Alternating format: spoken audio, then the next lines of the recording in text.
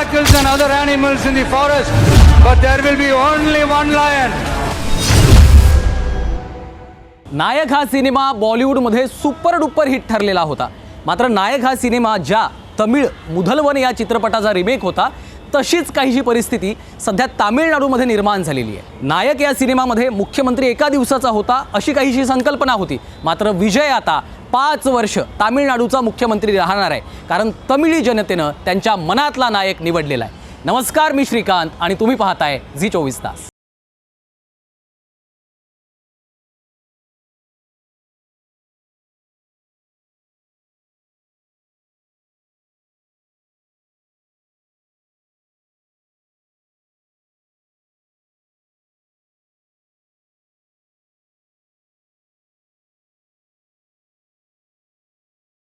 जमीन सरकली.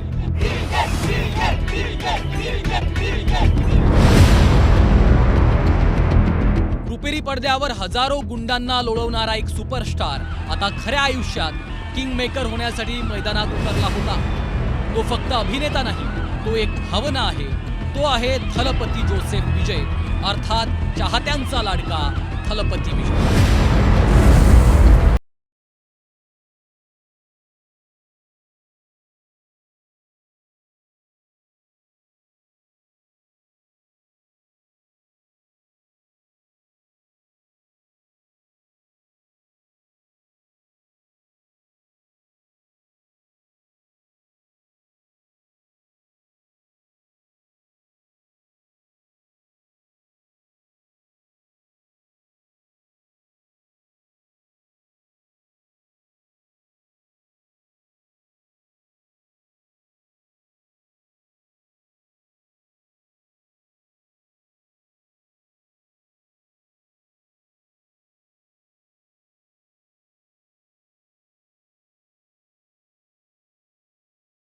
बन गया. जो दो पार्टी था 65 ईयर्स उन्होंने है ना राज चलाए थे तमिलनाडु पे, उनका दोनों को भी तो है ना अभी है ना जमीन पे है ना फेंक दिया ना. अभी उनका सीट के तौर पर तो है ना DMK और ADMK दोनों भी है ना मेजोरिटी क्या, और उनको है ना एक 70+ भी नहीं आया था. लेकिन है ना हम लोग पहला टाइम आया, वो भी स्टार्ट करके भी 10 साल 5 साल भी नहीं हुआ. 3 ही सालों पे है ना हम लोग है ना 108 का है ना सीट पकड़ा.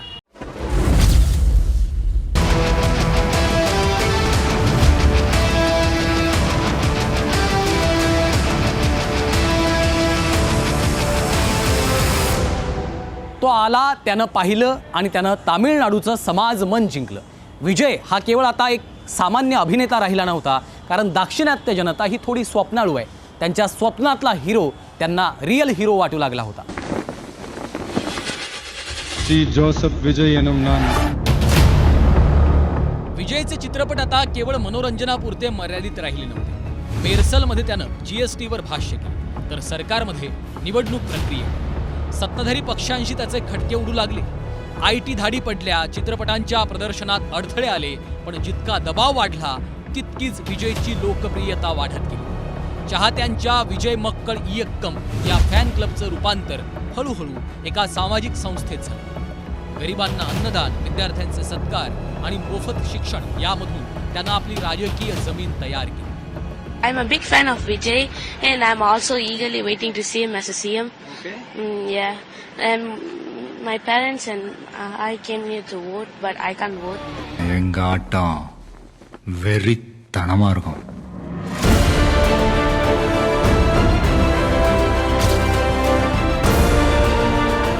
विजयच्या चित्रपटातून त्यानं त्याची सामान्य माणसासाठी प्रशासन आणि न्याय या केंद्रस्थानी ठेवलेली एक राजकीय प्रतिमा तयार केली.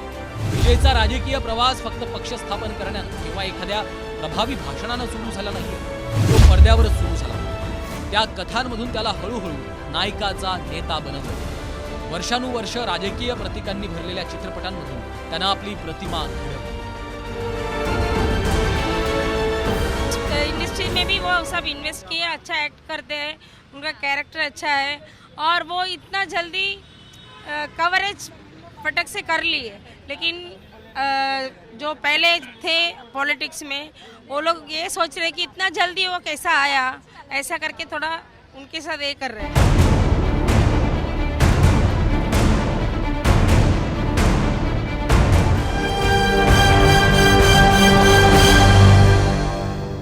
2011च्या आसपास AIADMKनं विधानसभा निवडणुका जिंकल्यानंतर विजयच्या चित्रपटांमध्ये एक स्पष्ट राजकीय वळण दिसू लागलं। AR मुरुगादॉस सारख्या दिग्दर्शकांनी थुप्पाकी आणि कथ्थी सारखे चित्रपट बनवले, ज्यामध्ये स्थानिक प्रश्न मांडले गेले। विजयनं साकारलेली पात्र केवळ चित्रपटातले हिरो म्हणून मर्यादित नव्हते, तर ते पात्र बदल घडवण्याची तीव्र इच्छा असलेले सुधारक होते। There are so many jackals and other animals in the forest, but there will be only one lion. त्याच्या व्यक्तिरेखा थेट प्रेक्षकांशी संवाद साधत हक्क आणि कर्तव्य, प्रशासन आणि सत्तेला जबाबदार ठरणं याबद्दल बोलतो। विजयच्या चित्रपटामधील नायक हा सामान्य माणसाचा आवाज बनतो। सामाजिक न्याय, कल्याणकारी धोरणं आणि भ्रष्टाचार विरोधी विचार हे त्याच्या सिनेमातले प्रमुख विषय होते। तामिळ सिनेमात विजयला थलपती नावाची पदवी मिळाली होती। त्यानं तमिळ सिनेमामध्ये विविध रोल केलेले होते, विविध भूमिका बजावलेल्या होत्या आणि त्याच भूमिकांमधून त्याच्या राजकीय एंट्रीची मशागत झाली होती। आता केवळ राजकीय प्रवेशाचं टायमिंग विजय शोधत होता।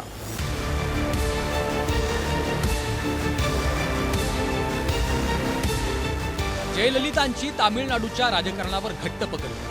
करुणानिधी आणि जयललिता यांचा राजकीय संघर्ष तीव्र झाला होता। त्यातच 2013 साली थलाइवा या सिनेमामुळे मोठा वाद झाला। तामिळनाडूत या सिनेमाच्या प्रदर्शनाला बंदी घातली होती। तामिळनाडू वगळता सिनेमा सर्वत्र रिलीज। चाहत्यांनी दुसऱ्या राज्यात जाऊन हा सिनेमा पाहिला। या वादात सिनेमाला आणि थिएटरला संरक्षण मिळावं या मागणीसाठी विजय जयललितांना भेटायला गेला, पण जयललिता यांनी त्याला भेट दिली नाही। विजयला ताटकळत ठेवलं गेलं। विजयच्या मनात ज्वालामुखी उसळला होता। त्यानं तो दाबून ठेवला, कारण अद्याप योग्य वेळ यायची।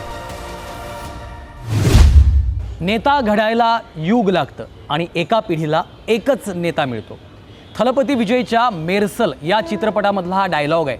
हा डायलॉग ऐकत असताना कदाचित कुणी विचारही केला नसेल की हाच थलपती विजय नावाचा अभिनेता एक दिवस तामिळनाडूतला सर्वात ताकदवान आणि प्रभावशाली नेता म्हणून आपल्यासमोर उभा असेल। अखेर तो दिवस उजाडला। तमिळगा वेत्री कळघम अर्थात TVK या पक्षाची घोषणा झाली। सिनेजगताचा त्याग करून पूर्णवेळ लोकांची सेवा करणार असं विजयनं जाहीर केलं। 2026च्या विधानसभा निवडणुकीत त्यानं कोणत्याही मोठ्या पक्षाशी युती न करता एकला चलोरेची भूमिका घेतली। 109 जागा जिंकून तामिळनाडूच्या राजकारणातील 60 वर्षांची द्रविडी सत्ता ओढीत काढली। दिनांक 27 ऑक्टोबर 2024 तामिळनाडूच्या विल्लुपुरम जिल्ह्यातील विक्रवंडी इथलं मैदान। लाखोंच्या जनसमुदायासमोर थलपती विजय येतो आणि पाऊण तासाचं आक्रमक भाषण करतो। थलपतीचं हे भाषण चेन्नईपासून दिल्लीपर्यंत सर्वच राजकीय पक्षांची उभाड करणारं ठरलं आणि इथूनच सुरू होतो तमिळ सुपरस्टार ते तामिळनाडूचं राजकारण पालटवून टाकणारा थलपतीचा राजकीय प्रवास। ஒட்டுமொத்தமானவங்க எல்லாருக்கும் என்னோட உயிர் வணக்கங்கள், என்னோட உயிர் வணக்கங்கள், என்னோட உயிர் वणकंगल। अभिनयापासून फारकत घेत विजयनं राजकारण जवळ केलं, स्वतःच्या पक्षाची घोषणा केली। या घोषणेनंतर 8 महिन्यांनी त्याच्या तमिळगा वेट्री कळघम या पक्षाची पहिलीच जाहीर सभा प्रचंड गाजली। There are so many jackals and other animals in the forest, but there will be only one lion.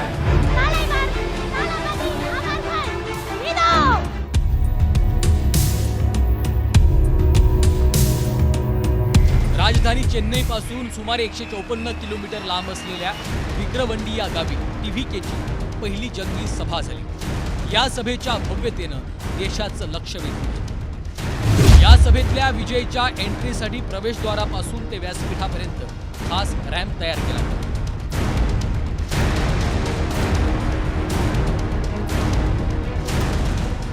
सभास्थळीचे Periyar, doctor Babasaheb Ambedkar, के कामराज आणि खुद्द विजयचे 4 भले मोठे कटआउट्स लक्षवेधी ठरले।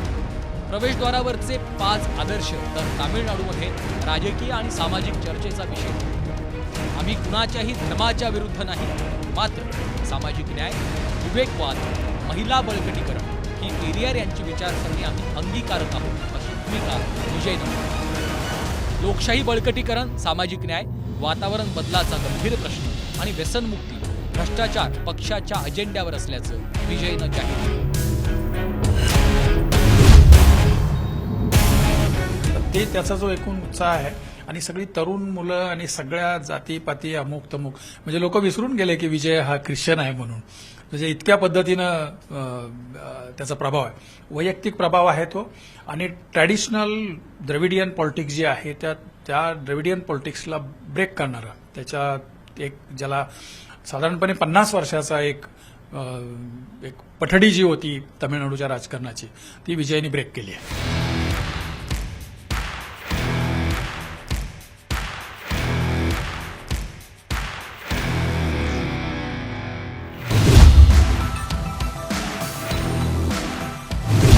थलपती विजय दाक्षिणात्य चित्रपटसृष्टीतील आघाडीचा सुपरस्टार. तामिळनाडूत थलपती विजयचा मोठा चाहता वर्ग आहे. अभिनेता म्हणून विजयनं अनेक पुरस्कार पटकावले. त्याचवेळी अभिनयासह सामाजिक क्षेत्रातही विजयचं मोठं काम. तामिळी जनतेनं विजयला प्रचंड प्रतिसाद दिला. त्यामुळंच यंदाच्या विधानसभा निवडणुकीच्या निकालातून या दोन्ही पक्षांना तिसरा पर्याय म्हणून तेलुगू मतदारांनी अभिनेता थलपती विजयच्या तमिळगा वेत्री कळघम या पक्षाला कौल दिला. तामिळनाडूमध्ये टीव्हीके सर्वात मोठा पक्ष ठरला. तामिळनाडूच्या राजकारणामध्ये 1967 पासून आलटून पालटून डीएमके आणि AIDMKची सत्ता यायची. पण 2026 मध्ये विजयनं राजकीय रान पेटवत थेट सत्ताधारी पक्षांनाच आव्हान दिलं आणि ऐतिहासिक यश मिळवलं.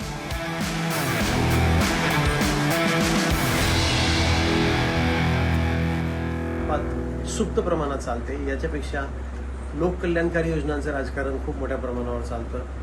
आणि विशेष म्हणजे ग्रामीण असो शहरी असो या दोन्ही भागातल्या मतदारांनी विजय यांच्या पाठीशी उभं राहण्याचा निर्णय घेतला. आणि इथला निकाल सर्वार्थाने वेगळा यासाठी ठरतो की इतर प्रांतामध्ये जिथं जात चालते, धर्म चालतो, विशिष्ट जात समूह विशिष्ट नेत्याला मतदान करतो, विशिष्ट पक्षाच्या मागे विशिष्ट धर्मी उभा राहतो, तामिळनाडूच्या जनतेने तसा काही विचार केला नाही. सर्व थरातल्या सर्व प्रकारच्या नागरिकांनी विजय यांना भरभरून मतदान केलेलं दिसतंय. आणि एक नवीन निकाल जो लोकशाहीसाठी एक वेगळा संदेश देऊ पाहतोय की एखादी राजवट जर अप्रिय असेल नागरिकांना तर नागरिक जातीपातीचा धर्माचा विचार न करता त्यांना नाकारतात आणि एका विशिष्ट पक्षाच्या पाठीशी उभं राहतात. हा एक फार मोठा संदेश.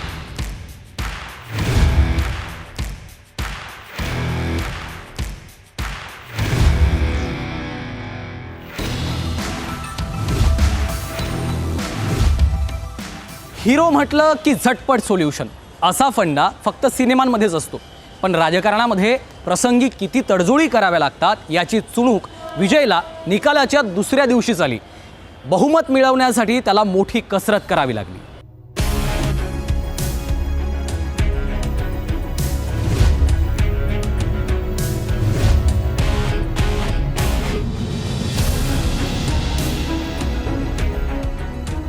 थलपतीनं तमिळी जनतेची मनं जिंकली. प्रचंड ऐतिहासिक यश मिळवलं असतं. त्यामुळं तामिळनाडूमध्ये राजकीय भूकंप होणार का याकडे लक्ष लागलेलं असतानाच आता विजयनं सत्ता स्थापनेसाठी हालचाली वाढवल्या असून योग्य तो आकडा जुळवून आणला.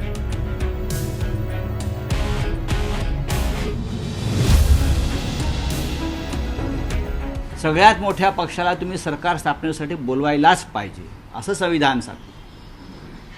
आर्लेकर नावाचे जे राज्यपाल आहेत मूळचे गोव्यातले, लोकभवन नावाच्या जागेत ते बसतात. म्हणजे पूर्वीचं राजभवन ते नावाचंच लोकभवन आहे. तिथे लोकभावनेचा कायम अपमान केला जातो. 108 आमदार ज्या पक्षाचे निवडून आले आहेत तो सर्वाधिक मोठा पक्ष आहे. बाकीच्या इतर पक्षांना 60 किंवा 65चा आकडासुद्धा पार करता आलेला नाही. आमची भारतीय घटना सांगते की सर्वात मोठ्या पक्षाला सरकार स्थापनेसाठी आमंत्रण द्यायला पाहिजे. त्यांना साधं बहुमत आहे हे पण सांगतोय. साधं बहुमत आहे आणि बहुमत सिद्ध करण्याची जागा राजभवन नसून विधानसभा आहे. विजय जोसेफला आमंत्रण दिला पाहिजे आणि त्यानं सांगायला पाहिजे तुम्ही 1 आठवड्यात किंवा 10 दिवसात तुम्ही तुमचा बहुमत तुम्ही सिद्ध करा. कसं करता तो त्यांच्यावर आहे. पण तुम्ही सांगतायत की हे आपला आयाराम गारामचा पॉलिटिक्स तुमचा काय संबंध आहे. टेक्निकली 118 सीट त्यांना पाहिजे. ते 118 आणि ऑलरेडी काँग्रेसने त्यांना सपोर्ट केले. काँग्रेसने DMK लांब होऊन सपोर्ट दिले. फक्त 3 किंवा 4 सीट उरलेली आहे. ते 100% तो आणणार. तो काही प्रॉब्लेम नाही.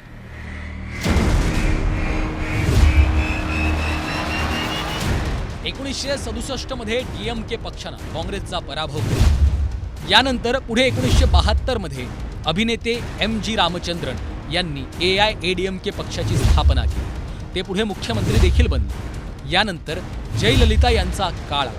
तामिळनाडूचं राजकारण हे अनेक वर्ष DMK आणि AIADMK यांच्या भोवती फिरताना दिसलेलं आहे. मात्र आता TVKच्या रूपानं थलपती विजयनं तमिळी जनतेला एक नवा पर्याय दिला.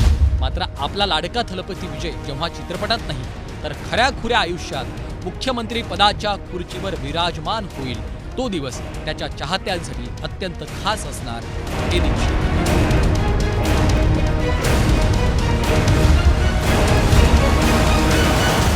दक्षिणेतल्या राज्यांमध्ये सिनेमा आणि राजकारण हातात हात घालून मार्गक्रमण करत असतात.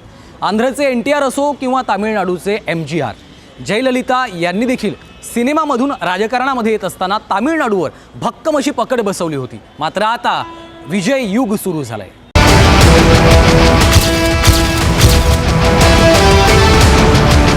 There are so many jackals and other animals in the forest, but there will be only one lion.